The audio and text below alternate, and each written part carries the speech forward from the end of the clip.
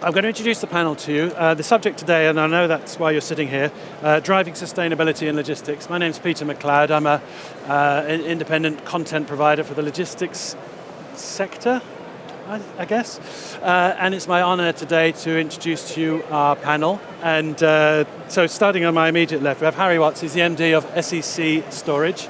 And next to Harry is Charli Adamson. She's an account executive for Ecologi. Ecologi?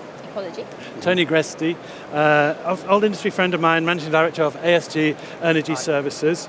And at the end, Adam Keenan, far left, your far right, business development and account manager for MHE Intelligent Energy. Before we kick off, I'm going to throw to Harry. SEC Storage is sponsoring our sustainability zone, so we're going to have a little short presentation about that first. Perfect. And cue the video. Yeah, there should be a presentation just coming up to our right-hand side. Can everyone see this okay? If we could nod, that'd be fantastic. Okay, great. So it's going to be a very, very brief introduction to the IMHX Sustainability Zone. This Sustainability Zone is just over there, so after you've finished here, the first stop should be that sort of direction. But what we've done in the IMHX in general, and SEC are delivering this for you, is we've created a zone where we can look at how the sustainability journey should begin. So I am hopefully going to get these buttons to work. So we know at the moment that sustainability in warehousing, particularly in logistics in general, is needed now more than ever. We've got issues ranging across the whole industry, the whole sector, that we need to combat. But it's not always easy to know where to begin. And this is the whole purpose of why we've put the sustainability zone in. It's why the IMHX themselves have invested and collaborated with us on the sustainability zone so that we can help individuals such as yourself start to get an understanding of the different trends that exist and what you can do with those. Another one. So the zone that you'll see is around 300 square metres, so it's quite a large space, and it's been built on four major principles. There's the physical stand, which you'll see, and that has four different zones within it. So the first zone is around technology that can help make sustainability happen for us, that can enable sustainability. Zone 2 is about innovation and infrastructure. So how should the warehouse be designed, both internally and externally? Zone 3 is about people. It's about creating a workforce for the future that can enable sustainability as we go forward. And the fourth zone is virtual reality. So we've created a special interactive experience that everyone can have a go at so that they can experience different sustainability trends. Our lovely sponsors here have provided content for those so that you'll be able to see different aspects of the industry and the sustainability within it in a dedicated virtual reality experience. Okay, as we said about the virtual reality, there are actually four levels to the stand that you'll see. There's the physical level, which has panels within it that you can see. It has content on there, and it will allow you to educate yourself at a base level. You can then go to the next level, which is augmented reality. So every panel, there are over 40 different QR codes. If you scan them with your phone, it will bring up a 3D interactive model or video or other content that you can interact with on the show, and that brings out even more content. On top of that is the virtual reality experience I've already mentioned, which takes it to a whole nother level, and you can experience warehouses, robotics, etc. as you go through. And then you have the fourth level, which is the Knowledge Hub, which is a web-based experience that we've created specifically for the IMHX that will allow you to take this away and consume longer format information at your leisure as time goes by. Next slide, please. There are 36 different trends that we've tried to look at from across these, so you can see, I'm not going to go through all of them, but it ranges from digital technology like digital twinning or machine learning, through to construction trends, net zero, how you achieve that, solar panels, and how we create on-site energy, all the way through to discussion around diversity and inclusion within the workplace as well. So there's something for everyone, regardless of whether you're highly technical or you're looking more from a generalist point of view. You should find some stuff that's really interesting to you there. Next slide. The augmented reality, as I said, there are more than 40 points of interest that I'd really recommend you having a go. They include video, written and 3D content, and they're all accessible using your phone.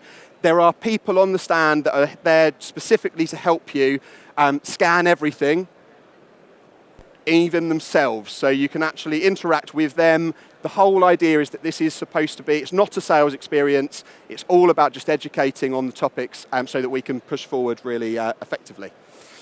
Next slide. So what you're going to see now is just a little bit of a taster of the virtual reality experience as it goes through. This is, as this video goes through, you'll see this is our virtual atrium. So this is the stand in a digital atrium that we've created. We've got interactive exhibits that you can see coming on now. So this is a multi-story warehouse. So it skips a bit, but that's fine. You should go and have a look yourself.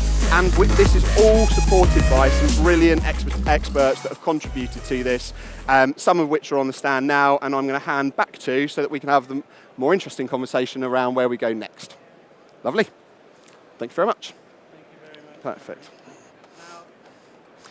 I encourage you all to visit that zone, as if Harry's impassioned plea wasn't enough. So I think possibly just before we kick off, I just wondered if you could just qualify why you're sitting here. Maybe start at far left with Adam. Just tell us a little bit about yourself and the organisation you represent, and then we'll get into the meat of the conversation. Okay, sure. Intelligence Energy, we've been around probably 30 years now, based out of Loughborough, designing, developing, manufacturing hydrogen fuel cells across a variety of sectors. So planes, trains, automobiles for our really big liquid-cooled stuff, right down to kind of stationary power, microgrids for our air-cooled units. And off the back of that, we've now sort of got to a point where we've managed to develop a fuel cell that is small enough to fit into a Class 3 European forklift. In terms of, so it's 196 millimetres wide, so it'll fit into a 210 box. And we've started, that's kind of our first foray into logistics and warehousing. Obviously pushing that out, working with guys like Tony and some of our other partners around solar panels and joining them to electrolyzers so that you can then have your hydrogen produced on site. So it's that energy security bit starts to play into it as well. And looking at kind of the moving battery charging rooms and having a much smaller fueling station and all these kinds of things that obviously for a greater and lesser extent depending on exactly where you're siting these things and what your facility looks like. But yeah, that's what's brought us here today. So we are here over next to the Sustainability Zone with our partners, Fez, who have built the plug-and-play battery box replacement using our fuel cell, and also H2 Core Systems, who develop electrolyzers and refueling stations. Thanks, Adam. Tony. Thanks, Peter. My name's Tony Gresty. I'm the Managing Director of ASG Services. We're a specialist contractor into the warehousing market. Set it up 25 years ago with labelling, pallet racking, then moved into line marking, barriers, safety netting. ASG Energy Services is new to us. It's the coming together of the ASG Services business and a business called Perfect Sense Energy, which is a guy I met 4 years ago. They've got an extraordinary amount of knowledge in solar and all forms of electrical contracting. And we got together at Christmas and decided that there was too much demand within the warehouse market for us to ignore it, really. So we've brought our specialist knowledge of warehousing and contracting warehousing and their solar electrical LED lighting bit to create a new business, ASG Energy Services, that we launched 5 months ago. Thank you, Tony. Charli, tell us a bit about Ecologi. Thank you, Peter. Hi, everyone. I'm Charli. I'm one of the account executives at Ecologi. So Ecologi is a climate action platform. Our mission is to reduce 50% of global projected emissions by 2040, which at the moment seems like a very steep and ambitious goal, but we've crunched the numbers and we're confident that we're going to be able to do that. And the way that we achieve that is by working with businesses and individuals to incorporate sustainability through predominantly tree planting and carbon offsetting at the moment as part of their day-to-day life and also their sort of operational trends as well. So at the moment we're working with just over 14,000 businesses and that ranges from sole traders, so it might be someone with an Etsy shop making something really artisan in their garage, right up to massive enterprises like AXA Ireland, for example, who we worked with last year as part of their carbon neutral insurance product for their drivers that they insure, where we offset 1 million tonnes of carbon to cover all of those emissions. Great, so many questions I'd like to ask you. And Harry, please. Yeah, I'm the Managing Director of SEC Storage, and we are a warehouse solutions provider. So we design the insides of warehouses. So that might include robots, that might include traditional storage equipment, and we integrate those all with software.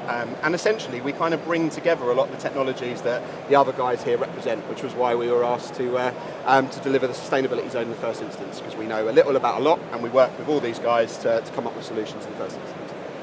Great. Well, it's lovely to see you all represented here. I think Tony and I are probably a little bit longer in the tooth than other members of the panel. And when I first came into this industry, sustainability wasn't really discussed. I've walked into IMHX this year. This is my 6th one, and it's right in your face. Fantastic. So maybe Adam, starting with you again. How do we define sustainability in what we're trying to achieve or what we're trying to highlight and illustrate here? I think for me there's kind of two aspects to sustainability, and it's what everyone thinks of as sustainability, with the ecological aspects being green, making sure that you're not having too much of an impact on the planet and that kind of thing. But I think there's also the other half of it, which is having a sustainable business, because actually if the things that you're putting in place, so solar panels, picking on Tony, is completely, obviously there's no bad place for solar panels, but for example, you put solar panels on your roof but they end up costing you more than they save, you're doing a great thing for the environment, but if your business is not sustainable and it's not going to be around forever, then what's the point? So I think it's finding that art of the possible where those two things meet, and I think that's the real key to the things that guys like SEC, where they have a huge kind of value in that, I think, eventually, in bringing together all of the different aspects, but making sure that it works for the business. And I think that's the important bit. And for you, Tony, you're coming in with a kind of a focused approach in the whole sort of sustainability chain. Do you look up and down the supply chain when you're talking about your sustainable energy solutions?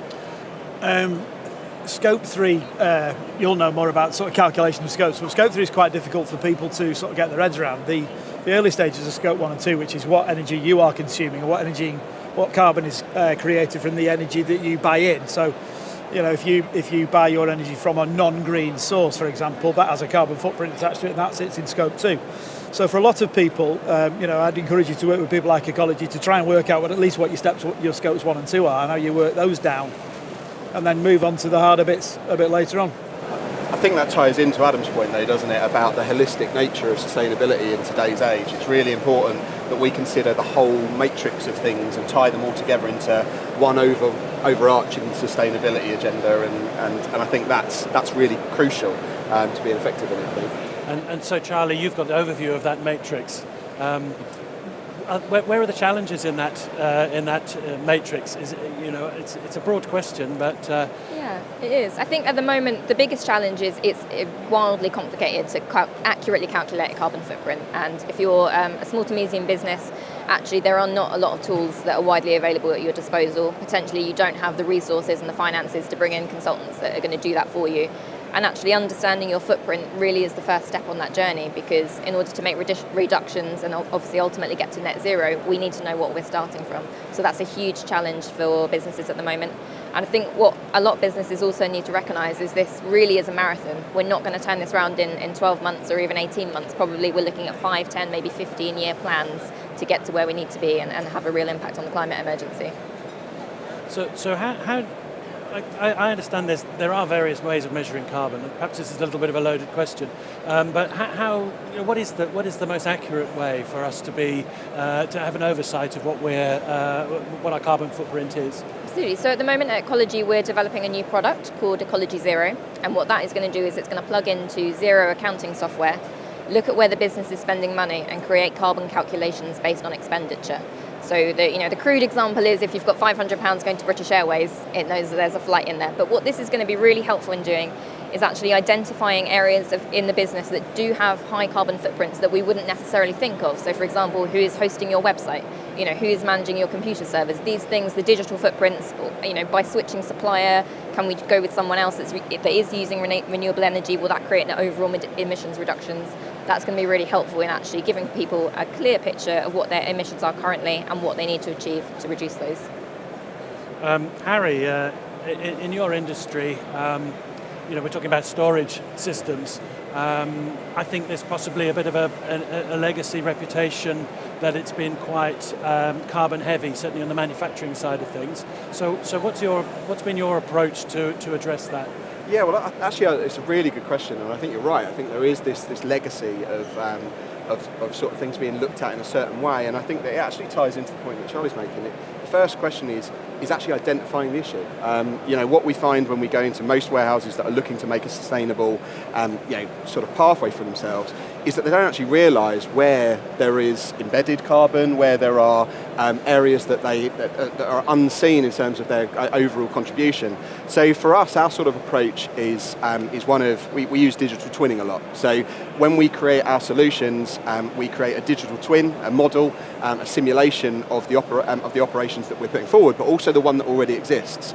And we've got, at the moment, rudimentary, but we're hoping to be able to develop that further. And as technology comes in, such as Charli's comes in to do carbon accounting even better, what we hope it will allow us to do is to create really accurate CO2 sort of calculators, and so that you can look at the whole lifetime of the solution rather than just the sort of obvious stuff. Because I think most people, if you were to go online today and try and look for 7 ways to make your warehouse more sustainable, the same 7 come up again and again and again. And once you've changed your LED lighting and you've put, and solar panels are obvious ones, there's still a host of other things you can do, but I think it requires education, it requires awareness, and it certainly requires counting at the end of the day. And a good deal of our conversation is likely to be about energy. I just wondered, actually, Adam, from your side, when you talked about hydrogen fuel cells, where are we with them? Are we there yet? Yes, in a word. We are absolutely there. I think people still think of hydrogen fuel cells as being kind of off in the future somewhere, but actually we will take an order now and deliver you a fuel cell that you can plug in and produce power.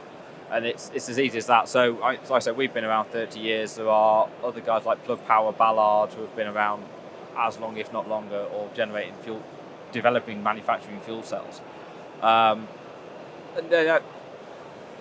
Yes, the market more widely is still quite embryonic. So the fuel supply, again, you can go to BOC and you can buy kind of patio gas size cylinders of hydrogen, and they'll deliver them on an exchange program and all this kind of thing. But a lot of that, and coming back to the sustainability point, a lot of that is grey hydrogen, because that's where the production is at the moment. And so as the market grows and the demand for hydrogen grows, because people always come to us and they say, well, what's the point if it's not green? Well, the point is you need to demonstrate a demand before anyone will invest in meaningful green infrastructure. And so actually use the grey hydrogen. Yeah, right, it's not great, but it's still better than burning fuel at the end use point. So, yeah, and then the green will follow. But in terms of the hydrogen fuel cells, yeah, the market is there. The gas is there, albeit not in the greenest format. But we just need to kind of adopt it and grow it as an industry, and then everything will become cheaper, it'll become greener, and it'll become more widely supported. But companies like IMT will come and drop 2 containers in your car park and facilitate you to generate your own green if you've got the solar power availability. Yeah, and the water source to do that for you. Yeah, so you can do it yourself. That's the absolute ideal for us. If we come across, or if we have approached by a site that has solar already or is investing in solar and want to remove themselves from the grid, because you're selling your solar production, you sell it back to the grid at 5p and buy it in at 50p or whatever it is at the moment. It's not a great investment. The return on investment rather is a long time on that. If you can use that excess solar and instead of selling it back to the grid, you come and talk to someone like H2 Core Systems on our stand, and they will, like you rightly say, they will plonk a container in your car park and make you 450 kilos of hydrogen a day from your solar panels. It's effectively, once you've accounted for the capex, it's effectively free fuel. Yeah. And it's if you're then putting that directly into your forklifts and running the fleet that way, rather than having to pay 45p a unit to charge them up, it's got to be better. Yeah, that's the utopia, I guess, is to self-generate. And then, Tony, from your business perspective, of course, warehouses have got vast roof spaces, so they must be ideal for positioning solar panels. Yeah, and of course they're heavy energy users below those panels as well. Yeah, Savills predict or estimate there's about 3 billion square foot of industrial warehouse or logistics space in the UK. That's an extraordinary amount of roof space that nobody really cares if you put solar panels on the top of it rather than plonking it in fields and calling it a solar farm. I think the UKWA are releasing a document on Thursday about that. They've done a big piece of work through Delta EE. So there's plenty of availability of space, and solar is a relatively easy and fairly fast technology to deploy. 6 months after you've got permission from the grid, you can be in. So for me, just to add to that point, because I think both of the points that have been made are fantastic ones. is that as someone who sort of tries to bring these technologies together, what we see is the amount of misconceptions around them is, that act as obstacles. Sometimes safety is quoted with hydrogen, but in reality, the reality of hydrogen fuel and the safety record is astounding, right? Yeah, and actually, you find a warehouse that doesn't have LPG on site or something like that. Yeah. LPG burns and explodes. Yeah. It's no more or less dangerous than fossil fuels. So fossil fuels will pool on the ground, whereas hydrogen will pool in the highest point if you capture it. If you keep it outside, it'll just vent to atmosphere and be gone. And it has to be at a really high level of saturation, doesn't it, before it ignites? Yes and no. So between 4% and 75% concentration in air is explosive. So if you can either, keep it well below that, and sort of kind of, as long as you don't capture, so indoors it will always collect at the highest point if you have a leak. So as long as you've either got adequate ventilation at the highest point, or you site it outdoors where there is no highest point, it will release to atmosphere 20 meters per second straight up. And so actually you take the same precautions as you do with any fuel, and so you kind of you ATEX zone it, and you don't have any sparks and all that kind of thing. It's no more dangerous than anything else. In fact, probably less dangerous, because a spill is not a spill; it's a vent. Absolutely. I think that's just that for me as well. The other misconception around solar is the cost. It's so affordable now, right? If you're unlucky enough for your energy to run out of contract this week, the best 3-year deal you'll get is 65p a kilowatt hour. So I did a proposal for a £680,000 solar system a couple of weeks ago. The payback was 15 months. And that's gone from 6-7 years only a year ago down to under 24 months. Most people won't even put a production machine in with that kind of return on investment. So, and just back on the preconceived ideas, talking to a head of procurement within one of the biggest UK retailers, told me that solar wasn't viable in the UK. It's just not enough daylight, which is an extraordinary misconception. But they are there to be challenged, unfortunately. Charlie, so we've got sort of warehouse operators here today in the logistics sector. How would you advise them to go about setting up a sustainability strategy? Yeah, sure. I think what you need to do, as kind of previously been mentioned, is really take a holistic view right across the business. So, of course, there are kind of things that sort of more obvious things like switching to a renewable energy supplier and reducing paper and all that kind of stuff that people tend to be more familiar with now. But there are lots of things that we can do, for example, from an employee engagement perspective. If you usually give your staff Christmas presents, why not gift a tree or gift some sort of sustainable gift as opposed to something that's a bit more disposable. Equally, employee perks as well. So at Ecologi, we have a product called Climate Positive Workforce, which allows businesses to offset their staff's carbon footprint. Now, that's a really great step to demonstrate that not only are you a responsible employer for your current employees, but also in terms of attracting great talent as well. And this is something particularly for Gen Z and millennials. We know this is hugely important to them. So actually being able to demonstrate that, as well as all the other operational changes that we're making in the background, we're also taking account for our staff's carbon footprint. I think that's a really great idea. So hearts and minds, winning them. It's a culture change, I guess. And again, referring to my people of my generation, it must be quite a tough sell to get them to change their philosophy almost. Yeah, it absolutely is, and I think this kind of comes back to sort of what you were mentioning about sort of investment. And I think preconceptions. There's so many preconceptions about sustainability. People feel like, we're going to have to throw a lot of money at this. We're not going to see the return on investment, and actually, that simply isn't true. Consumers of all ages are waking up to the climate emergency. They're being a lot more savvy about where they're putting their money. And equally, we work with businesses all the time that are, submitting bids and tenders. They're having to report this in their RFPs. What are you doing for your sustainability strategy? Businesses cannot risk doing this. And actually, if they do invest in sustainability now, we're confident that not only are they going to see the return on investment, but they're actually going to see growth within their business as well, because they're going to attract, more businesses and more consumers who are like-minded. We're seeing that all the time in our warehouse solutions, particularly for sort of e-commerce companies or direct-to-consumer businesses, where a switch away to more sustainable solutions actually creates a marketable opportunity for them. Because I think that all consumers, are waking up to it, but younger consumers and younger generations definitely are. And being aware of those sort of issues means that they are more likely to drive towards them where they can see that the right steps are being taken. So I think it's a really important point. In the warehouse sector, do we have an overview of where the easy wins are? The easy wins. Yeah. Can I You're itching to get in there.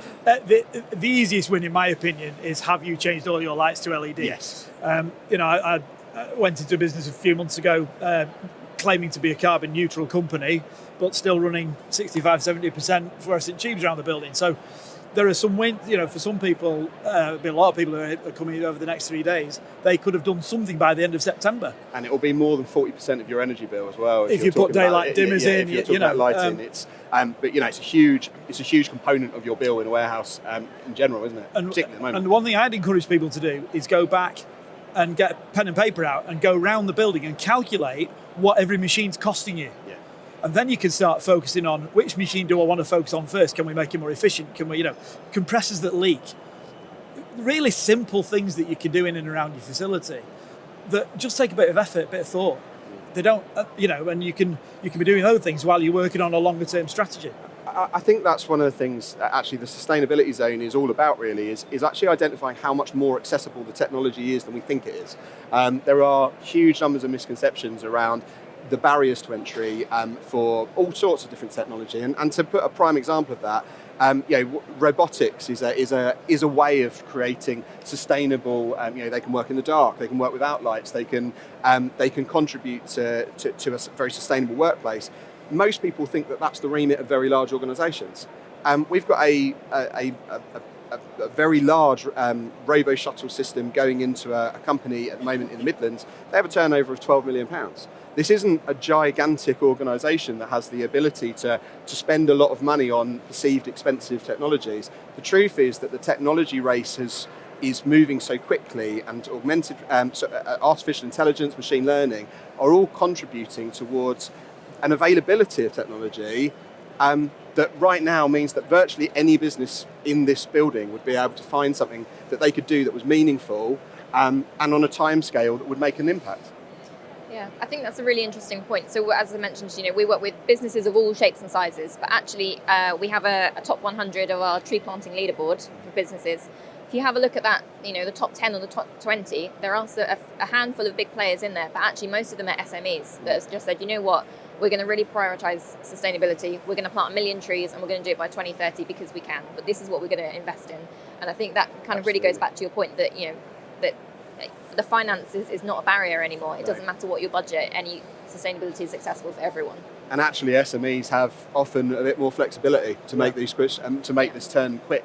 And I think where there are more SME businesses than there are large organisations, and although their footprints are different, I think that there really is a possibility for SMEs to take a lead on this and differentiate themselves, and I think that's a key opportunity that shouldn't be missed.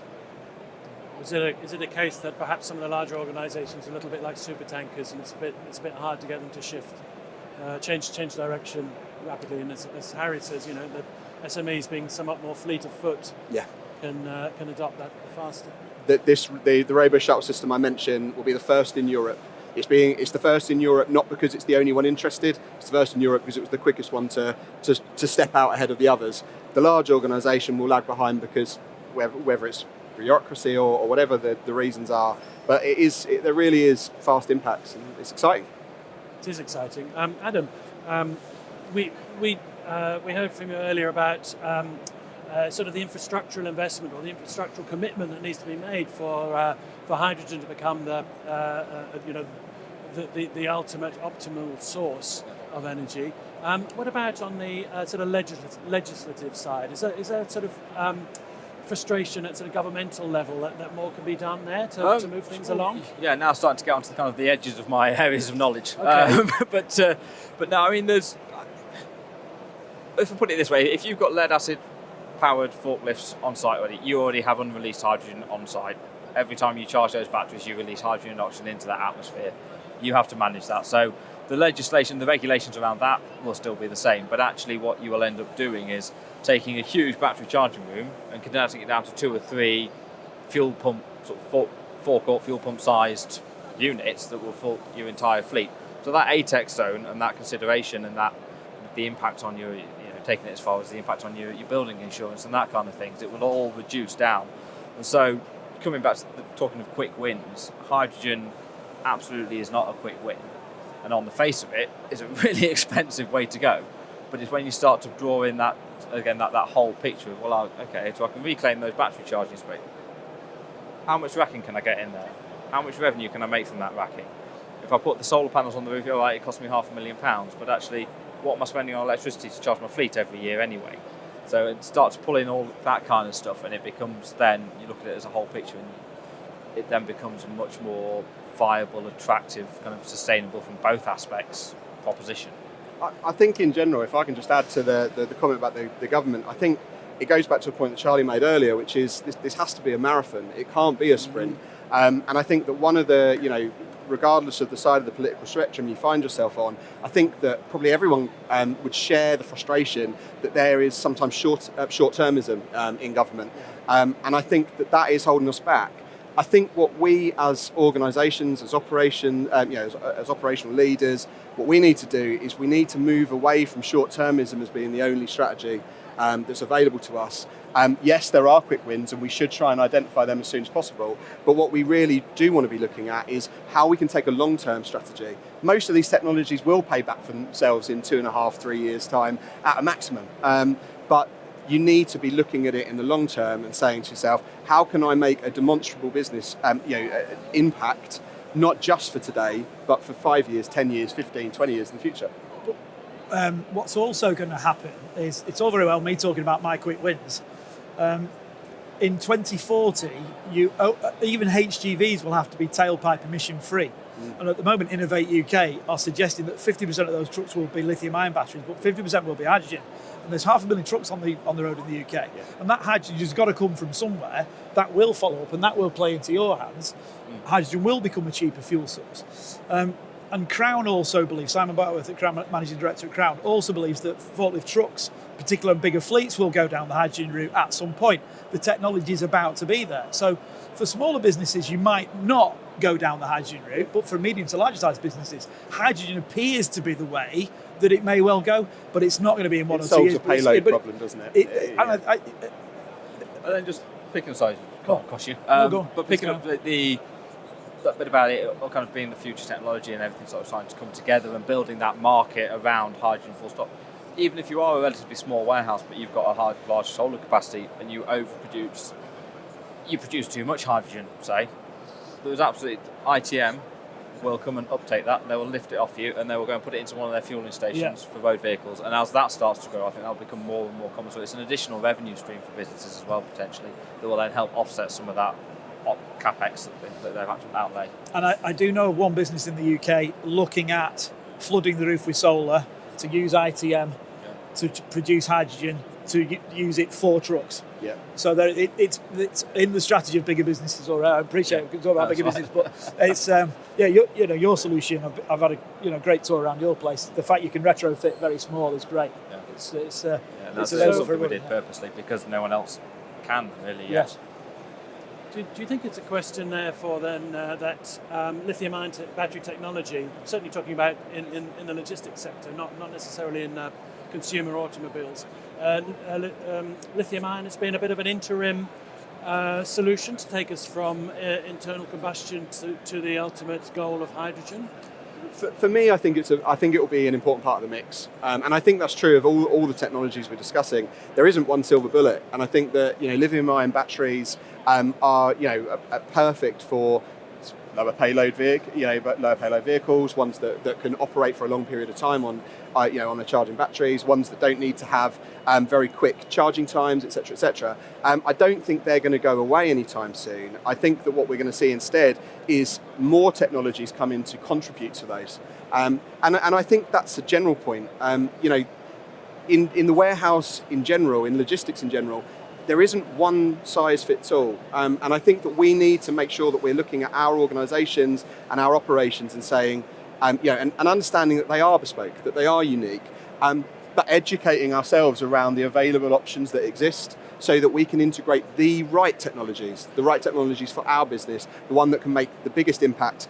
From an environmental perspective, which we spent a lot of time talking today, and I think most people do, but also to identify that sustainability isn't just around the environment. It is also around the fact that this is just good business practice. it's generally more affordable, it's generally more efficient, it generally creates a unique selling point or an operational advantage. And so I think that's, for me, my biggest sort of aspect would be to try and make sure that when we are asking ourselves how we want to shape our future, that we are considering all the potential availabilities, not just the ones that we are historically aware of. And is there also an argument that we need to look beyond usage and talk about disposal as well? And I think maybe bring Charli in here. Yeah. When we talk about lithium ion, actually from end to end, we're hearing horror stories about some of the rare earth metals that go into the technologies, and we're also hearing about issues with disposal at the end. Is that how much of that is reality in your experience?